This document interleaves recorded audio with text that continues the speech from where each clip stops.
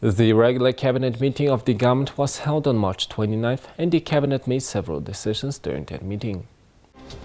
During a meeting with representatives of university teachers and students, the Prime Minister of Mongolia, Oyurden Losnamsra, discussed proposals and requests which were later addressed in a government meeting. As a result, decisions were made to increase the number of participants in the student soldier program, apart from military schools, to 1,500 in 2023. Relevant ministers have been instructed to implement organizational measures needed to facilitate this. In addition, the Prime Minister directed that students should be involved in the prevention, early detection and diagnosis of both infectious and non-infectious diseases in 2023. State-owned universities and libraries are to be open 24/7 during student examinations. Electronic payment cards for public transportation using the e-Mongolia system will also be issued to students of universities, colleges, professional and technical training institutions in order to increase the number of students using public transport. Furthermore, the government will provide services to students through the e-student window as a part of the e-Mongolia system.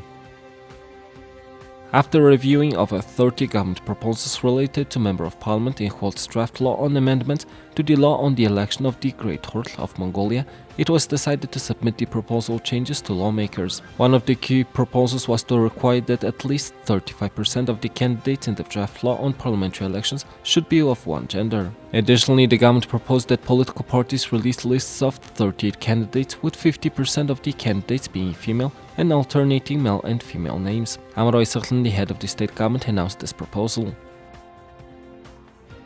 Mongolia LLC will revise its policies and make changes to the charters of its subsidiaries, affiliated companies, and affiliated legal entities in accordance with the principle of unified governance and the parent company's charter. The government of Mongolia has decided to operate the subsidiaries, affiliated companies, and affiliated legal entities of Mongolia LLC on a group basis to adopt good practices and trends used by the successful international mining companies. The expansion will include Ignit Industry, Darkha Iron and Steel Industry, Mongol Rostsvetment, and Mongolian Oil Refinery. To implement good international governance practices, Mongolia LLC will comply with international principles issued by the International Cooperation and Development Organization, as well as Mongolia's laws and regulations.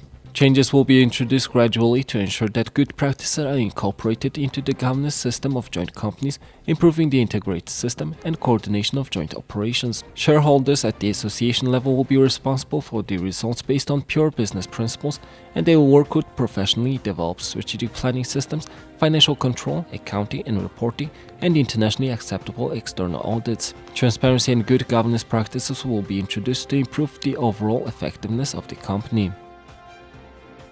The Finance Minister Jauhlan and Energy Minister Chadisuru have been directed to secure the financing required for technical supervision of the construction work in the Ittenburung hydroelectric power plant project.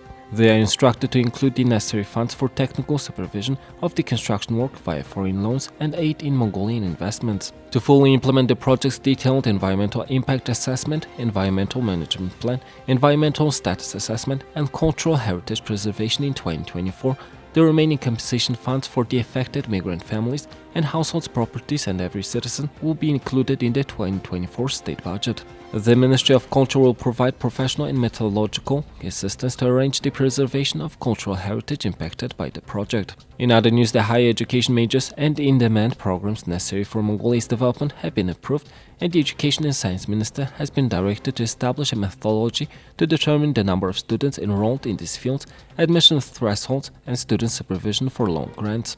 Additionally, the government will allocate 1 billion MNT from its reserve fund to upgrade the State Philharmonic Symphony Orchestra string, ball and string instruments, digital concert hall equipment, and sound equipment.